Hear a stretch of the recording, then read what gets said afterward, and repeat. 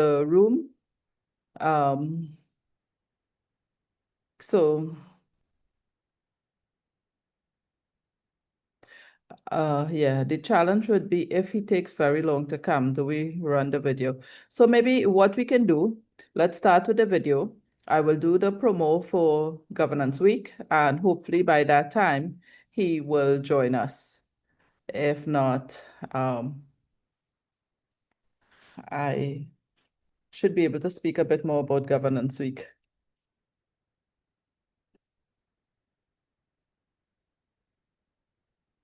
Across history, moments of great change have called for great leadership. Today, we stand at one of those moments. Generative AI is reshaping our economies, our societies, and our ways of life. And the Caribbean must lead with wisdom, courage, and vision. Over the years, we have been guided by giants. Our global ambassador, Professor Bob Garratt, Professor Mervyn King, Professor Charlotte Vallet, Nandi Mandela, and Professor John Elkington. As generative AI reshapes our world, governance must not just adapt, it must lead. We are thrilled to welcome Fatima Abu Salem of the University of Beirut, our keynote speaker, as we feature a week of powerful conversations, fresh ideas, and collective action. Over 5 days, more than 50 Caribbean leaders will join forces to adapt, to change, and to shape it. To build governance that is ethical, resilient, and deeply human. We thank our sponsors for standing with us on this journey. Governance Week 2025, Governance in the Age of Generative AI. Hello and welcome to Governance Live here with us at the Caribbean Corporate Governance Institute. I'm Kamla Rampersad de Silva. I'm still here in Suriname at the Suriname Energy Conference, which ends today as we wrap up a tour of Guyana and Suriname for the last 2 weeks, getting ready for Governance Week, which begins this Sunday. As you know, we have been doing interviews with persons who are participating in Governance Week this year, and today is no different. Today we have a very special guest who will be joining us in a few minutes.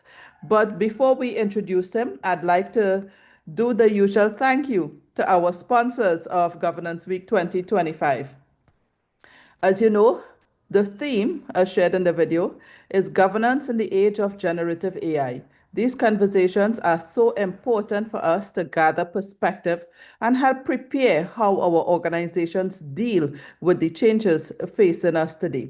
And we are grateful to our sponsors who are helping us in our quest for improving corporate governance practices in this way. So our platinum sponsor, Matsi Holdings from Trinidad and Tobago. Thank you so much, Matsi, for your continued support.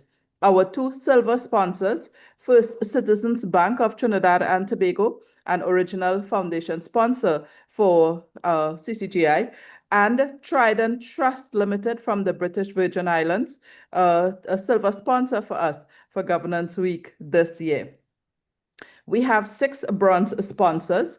We say thank you to Angostura Holdings Limited, Republic Bank Limited, and we have 2 new bronze sponsors from Trinidad and Tobago, B Mobile and Infosys, which provides our link services. And let me not forget our 5th bronze sponsor from Trinidad and Tobago, which is PwC, which has been a sponsor since Governance Week's inception 6 years ago. And we thank our one sponsor from Belize, G.A. Rowe and Sons, a bronze sponsor with us for the 2nd consecutive year. Thank you all so much for your support. Governance Week begins on Sunday with the opening ceremony, where our keynote address will be delivered by Fatima Abu Salem from the University of Beirut, followed by 5 days of intense discussions, as we say, that's going to help us determine how resilient we can be in the face of this change.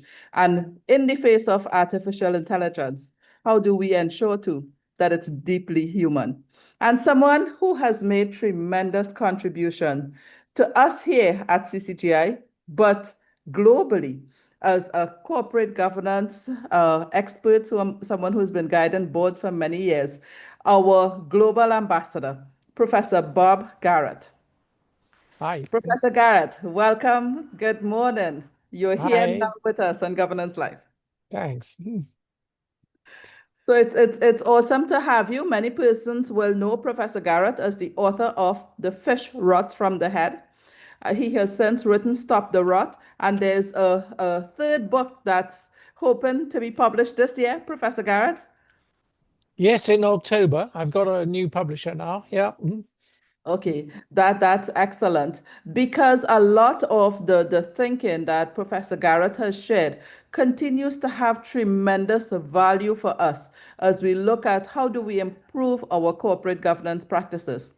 Professor Garratt, as I have spent a few days in Suriname, it's our first time that CCGI is here in Suriname. It really is a phenomenal time for the country. Their energy conference they have entitled A New Dawn because the country itself has recently had some tremendous oil and gas finds, which will they anticipate will bring some boom to their economy in the next 5 years or so.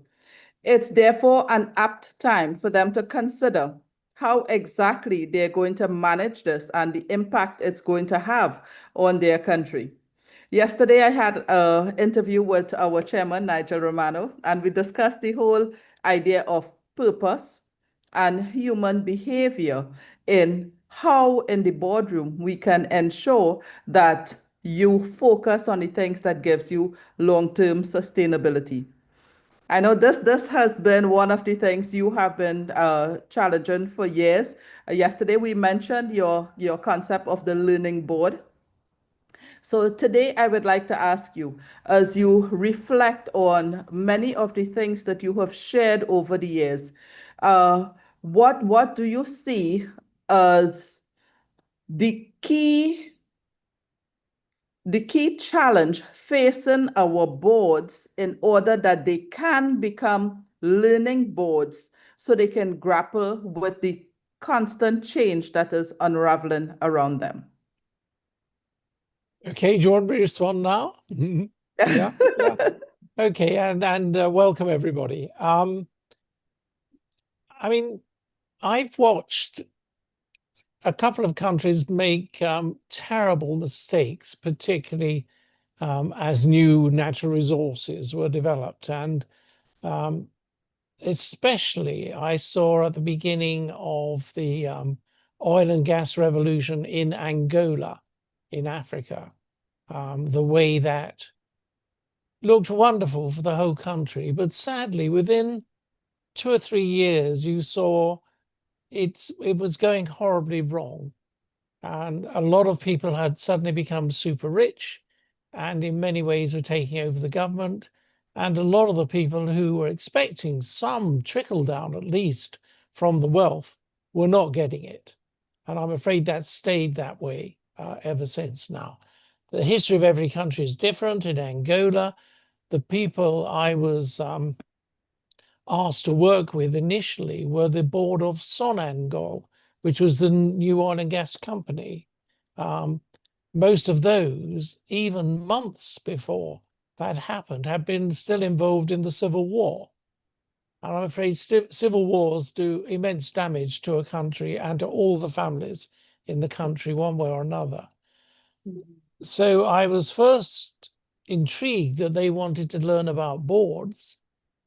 And that was a happy 6 months or so working with them on that, but then very disappointed in human nature in the way in which other powers stronger than them came in and decided that that was not how the country was going to be run.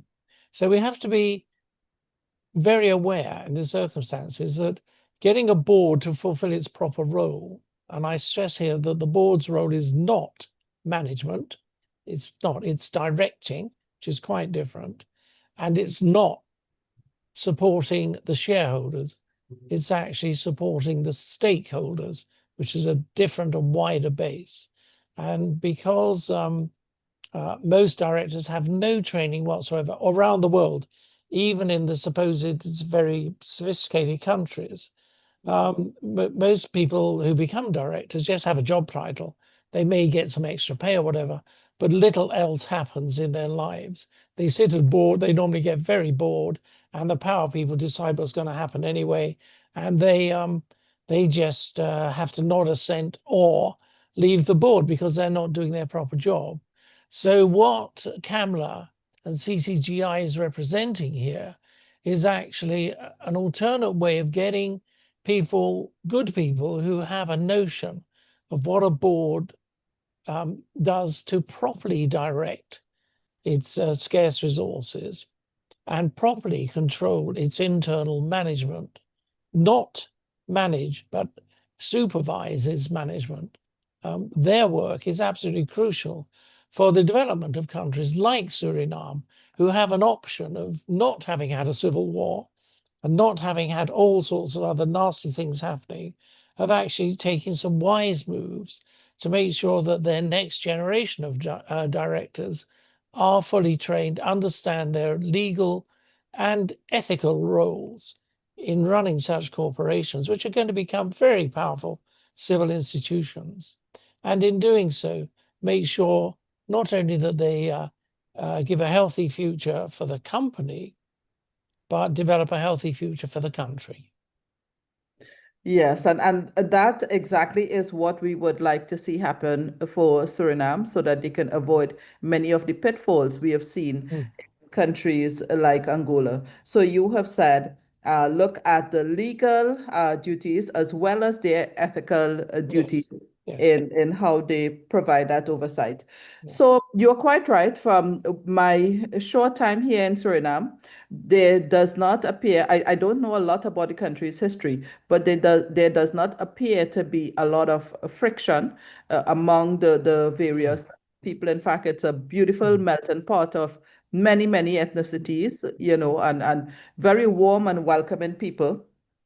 Over the last few days that I have been engaging with many of the Surinamese here, they're very open to understanding governance better. They're Mm. open to uh, finding ways to ensure that the new wealth that comes into the country is governed in a specific way that allows the full country to prosper. The challenge, however, is that the Surinamese people themselves had not been prepared for a windfall of this nature. Yeah, So yeah. the population is not educated to the level, Mm. nor do they have the technical training that is Mm. required to Mm. work in this Mm. sector. Mm. So there's going to be a tremendous reliance on international expertise and guidance from companies that have not necessarily done well by countries in the Mm. past. Can I suggest two warnings? Sure. Us folk in Suriname, who I do not know, but I respect, please pay attention to two things. One, insist that your country sets up a sovereign wealth fund. Mhm. Most probably the best example is Norway, No way. Yeah. possibly Singapore, where Mm. a lot of the surplus early profits from this unexpected bonus, which is wonderful, God-given bonus, that those surplus profits go into an independent sovereign wealth fund, which the government do not control, but the country controls through its trustees. Um, and that actually sets you up to ensure that you have a much longer term future. And you do not have to then get into massive fights and huge fights over greed about who gets what in the very early stages. So that's one thing. Please set up a sovereign wealth fund. Two, do not follow the American example in corporate governance. I'm afraid America, particularly now under the second Trump term, is becoming a basket case. It's becoming some of the world's worst now in corporate governance terms. It's a very, very bad example to follow, especially as the under President Trump in his executive role is destroying a lot of the legal basis on which US corporate governance has been set up.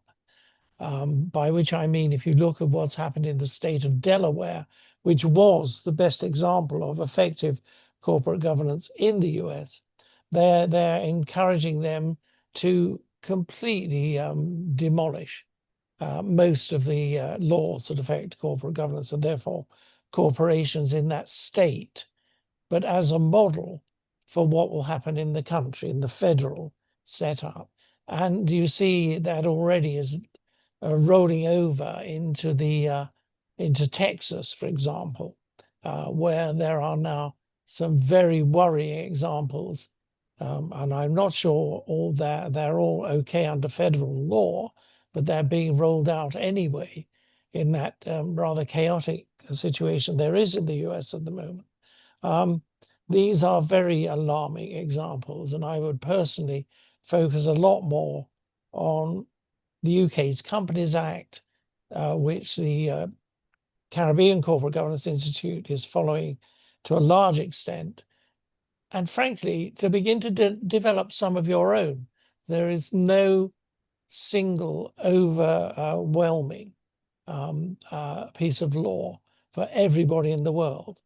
But do note that the 56 countries of the Commonwealth have a fairly stable system of law in this area, have very well tested examples of what directors should and should not do. And they're well tested through their courts over up to 200 years. And it's worth having a good look at them to say, let us try, if we have a clean sheet, let's start by training our directors to be directors, not managers. And let us hope that in doing that, they can not just follow what others have done, but they can help become leading edge, informing what the future corporate governance is going to be. I had a long chat this morning with a young woman, Victoria Hirth, who has a new book coming out in the autumn as well. She has been doing extraordinary work with her teams on getting a lot more rigor into this area. And her book is going to be called Beyond Profit. And in a way, it says everything of what I've just been talking about.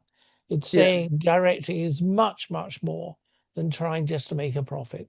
It's about creating healthy organizations with all stakeholders participating in one way or another. There will be very different ways. They need, on the other hand, and support the creation of a healthy country. Mm-hmm. Very good. I'm happy to hear of Victoria's book as well. So we look forward to its publication. Yes. And I love the statement you have made that there is no single piece of guidance that could apply equally to all countries. So different countries have their own governance codes. Here within the Caribbean, we have in Jamaica, which really is the leading country in terms of evolving their corporate governance practices in the Caribbean region.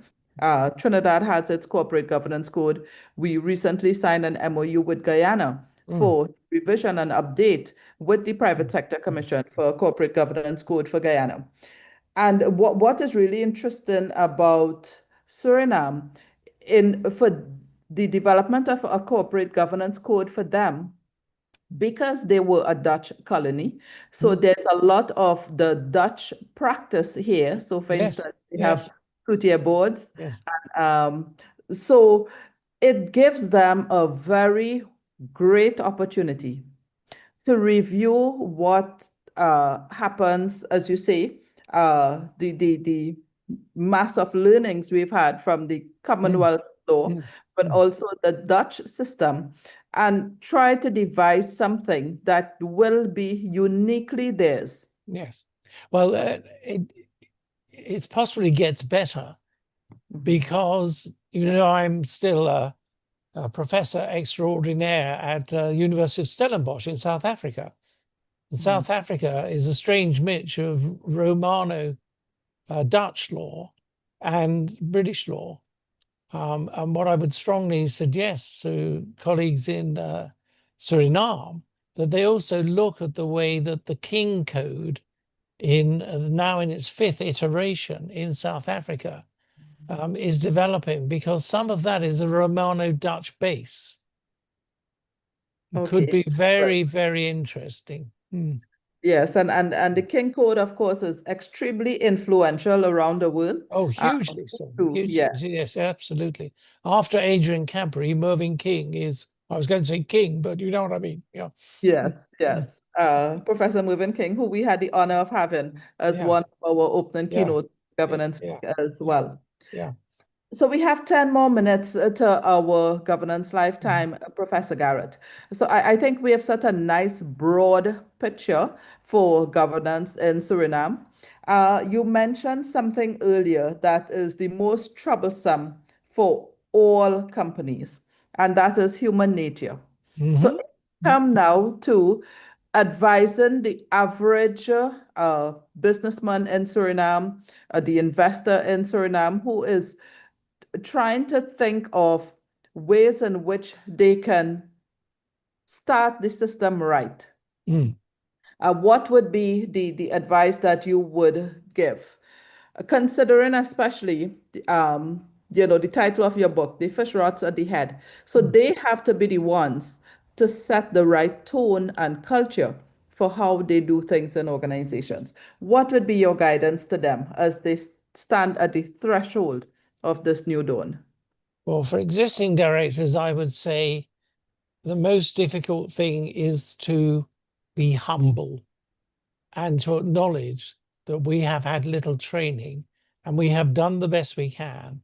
But if you look at the future, the present and the future legal frameworks and ethical frameworks that are developing, that has not been good enough. That's not being rude to anybody. It's just saying it's changing. And then, so my next book is focused on the next generation of directors, the challenge for the next generation of directors. And I spent 3 years working with next generation directors, and their mindset is very different from the old fashioned uh, bottom line is all, shareholder is king, which is nonsense. Um, and the focus on creating more and more compliance and less risk, constructive risk taking. So we've created in the present generation more and more compliance-based, risk-averse directors. And that is not good for an uncertain future. The future is going to be really messy. So we got to have bright people who are able to keep up with what's going on and are humble enough to say, we don't know, we got to keep learning. And we got to keep learning everything. We can't go back on the old, we can't just rely on accountancy or law or anything like that. We've got to do some very, very different things. And that is a challenge for a lot of the existing generation. But I find it's actually a wonderful, constructive challenge for the next generation. So one of the things I would also look at, for example, is look at family offices, which exist very quietly, usually below the horizon around the world. But these family offices have typically lasted between 50 and 200 years. And that is because they take a long-term view. Whatever's happening, whatever the politics, whatever the environmental issues, whatever the social issues, they've learned to be responsive, um, but always to keep a focus on 30 years ahead at least. And think about, in their case, how are we going to protect and develop the wealth of this family? But for modern directors, particularly next generation, how are we going to protect and develop the wealth of our organizations, public or private?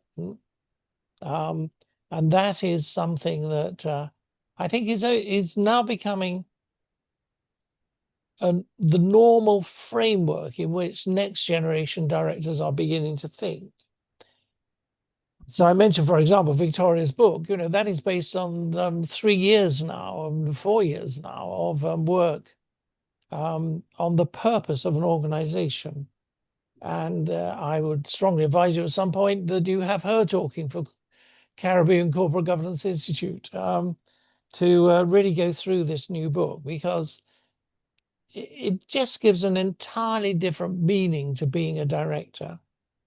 Very different from, are you a member of the family? Oh, that's okay, you'll be a director. Are you a member of the great and the good? Okay, you'll be a director. You can be a trophy on our board. That's stopping. You have to be a working director. And in the basic company law, in the Commonwealth at least, you have to be, and it's spelled out at law, you have to be careful, skillful, and diligent in your decision making. And that care, skill, and diligence in every decision the board takes has to be very clearly stated. That doesn't mean to say you won't make mistakes. You'll make mistakes. I have made horrible mistakes as a director and a company chairman, but you have to be able to learn very fast to correct them. And at the moment, sadly, many of the current generation are frankly, well, they're very honest with me. Normally they say, frankly, Bob, we're too old, we're too tired. We don't want to relearn at our stage of life. That's fine. That's a legitimate position to take. Not being rude to them at all. But they have to make sure the next generation isn't like that. I think this is really great advice. And I have experienced directors being humble enough to say that they've not had training, but I don't see the willingness to still be trained. Yeah. Which is crazy, but that's what But it is very human. right. Yeah, sometimes maybe because they think they're just too busy at the moment to pause. But I like these three words you have given us here, that they must be careful, they must be skillful, and they must be diligent. Yeah. And for that, they do need to get training to build their skill set, whether it's technical skill set or more importantly, sometimes it is emotional intelligence Yes. Yeah. in how you treat with stakeholders, because the new generation basically have to rewrite the script. Yes. Yes. But the good news is they have a clean piece of paper to write it on if they wish, especially in a country like Suriname, where you're just starting. It's wonderful. Yeah. It's really Yeah. exciting. Yes, yes, it is. And hopefully it can be a testimony to the fact that even within countries like these, that, are what we call emerging economies, or what was previously described as third world. And in fact, Singapore had shown that within 60 years, they had been able to transform an economy. So it is possible. Yeah. And we can hope that with the right mindset. Yeah, exactly. Yeah. So as we explore Governance Week this year, we are happy that we have three persons from Suriname, two of whom are going to be joining us as panelists, and one who would be serving as a moderator for one of our panels. And during our Governance Week, as we explore this whole theme of governance in the age of generative AI, I think it gives us a similar opportunity, Professor Garratt, to Good. Okay. pause. Yes, to say, let's rewrite the script because it's all going to change. Yes. Okay. Well, on that note, shall I sign off? Yes, thank you. And thank you, Professor Garratt, for all of your guidance. I think even as we rewrite that script, we can be guided by the work that you have provided over the years, because human nature is what we constantly need to contend with in how we move from where we are into a new mindset that allows us to do things differently. Lovely. So I look forward to us meeting again for Governance Week when you for the opening on Sunday. And I will say I'm delighted to be in at the start of Suriname's learning journey. Very Bye-bye good. for now. Bye. Thank you, Professor Garratt. Bye-bye. And thank you everyone who have joined us on this live stream. It's been great these 2 weeks with the many speakers we have interviewed over the last few days leading up to Governance Week, which begins this Sunday. So for all of you who have registered already, you would have received your Zoom links. There's still time. If there are any of you who are interested in joining us for Governance Week, simply email us at info@caribbeangovernance.org and we will definitely attend to your request. Have a wonderful rest of the day. I'm about to return to the energy conference where they will conclude today. And as Professor Garratt said, it's so wonderful to be at the start of a new dawn, an opportunity to rewrite the script. Thank you and have a wonderful rest of the day.